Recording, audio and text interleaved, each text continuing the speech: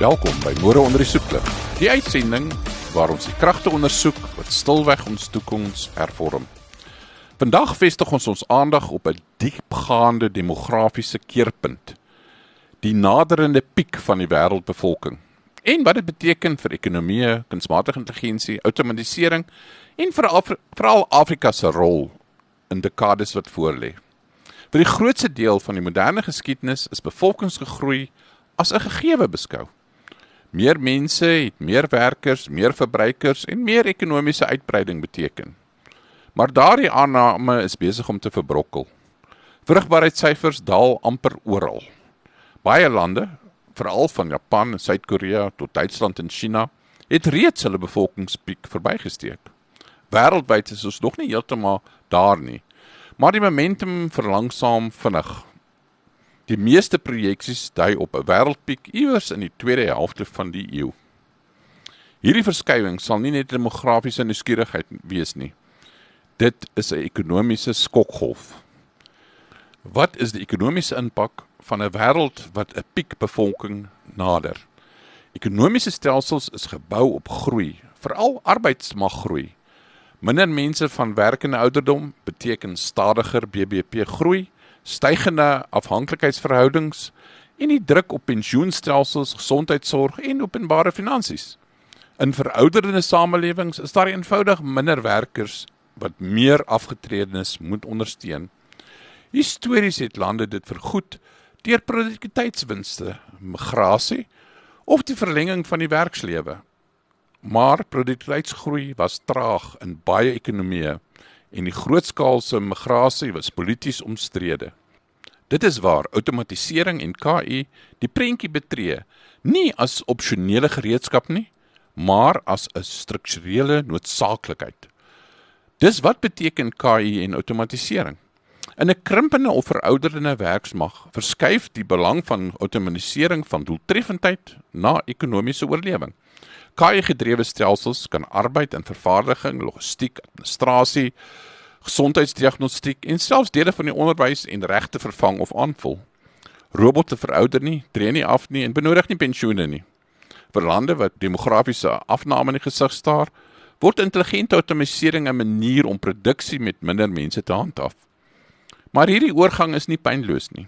Outomatisering kan ongelykheid vergroot, welvaart konsentreer en werkers vinniger verplaas as wat baie samelewings hulle kan heroplei. Die paradoks van die wêreld na die piek is die volgende. Ons kan arbeidstekorte tegelyk met werksonsekerhede in die gesig staar. Dit skep 'n tweespalk. Lande wat KI suksesvol in hulle ekonomie integreer, kan voorspoed stabiliseer ten spyte van bevolkingsafname. Diegene wat misluk, kan 'n siklus van stagnasie en sosiale stres betree. Maar is Afrika nie 'n demografiese uitskieter nie?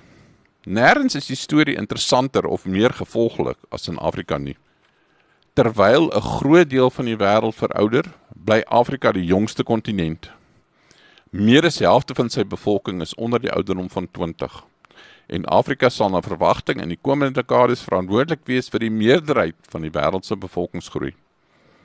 Dit word dikwels as 'n demografiese dividend geraam.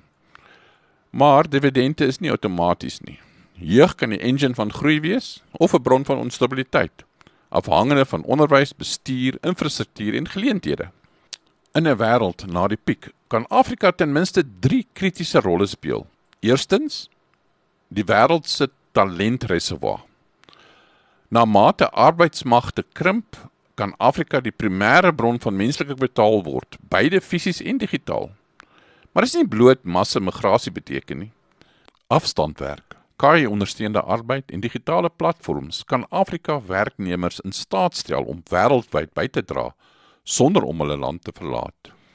Dit vereis massiewe belegging in onderwys, konnektiwiteit en digitale geletterdheid. Indien dit bereik word, kan Afrika se jeug direk in globale waardeketings inskakel, ontwerp, kodering, bestuur en innovasie. Tweedens, 'n ander outomatiseringspad. Afrika sal waarskynlik nie dieselfde outomatiseringstraject as verouderde ekonomieë volg nie. Waar Europa of Oos-Asië outomatiseer om werkers te vervang, kan Afrika outomatiseer om werkers te vermeerder. deur KI te gebruik om produktiwiteit te verhoog, eerder as om werksgeleenthede uit te skakel. Dit bied die moontlikheid van hibriede ekonomieë, waar menslike kreatiwiteit en sosiale intelligensie deur KI versterk word, eerder as daardeur verplaas word. Landbou, gesondheidsorg, onderwys en plaaslike vervaardiging kan almal baat vind by KI-instrumente wat ontwerp is om kontekste met lae hulpbronne en hoë impak. Derdens, 'n nuwe ontwikkelingsnarratief. Laastens kan Afrika die aanname uitdaag dat ontwikkeling dieselfde pad as die geïnteresseerde wêreld moet volg. In 'n toekoms waar bevolkingsgroei nie meer 'n globale norm is nie, kan Afrika se ervaring alternatiewe modelle van verstedeliking, gesinsstruktuur, werk en sosiale organisasies bied. In hierdie sin kan Afrika nie agter die demokratiese kurwe nie, dit sal voor wees in die volgende een. Vir die wegneem idee, die naderende bevolkingspiek merk die einde van 'n era wat deur uitbreiding geïdentifiseer word. Die volgende era sal gevorm word deur aanpassing, veroudering, aan tegnologiese versnelling en aan sentra van demografie swaartekrag. KI en outomatisering is nie net tegnologiese tendense nie, dit is 'n demografiese reaksie. Afrika is nie net 'n groeiende bevolking nie, dit is 'n strategiese spulpunt in die globale toekoms. Die vraag is nie of die wêreld sal verander na bevolkingspiek nie. Dit is of ons voorspoed kan herbedink sonder eindelose groei en of ons dit inklusief kan doen. Ek is Rian van Vuren en dit was Môre onder die soeklig. Tot volgende keer.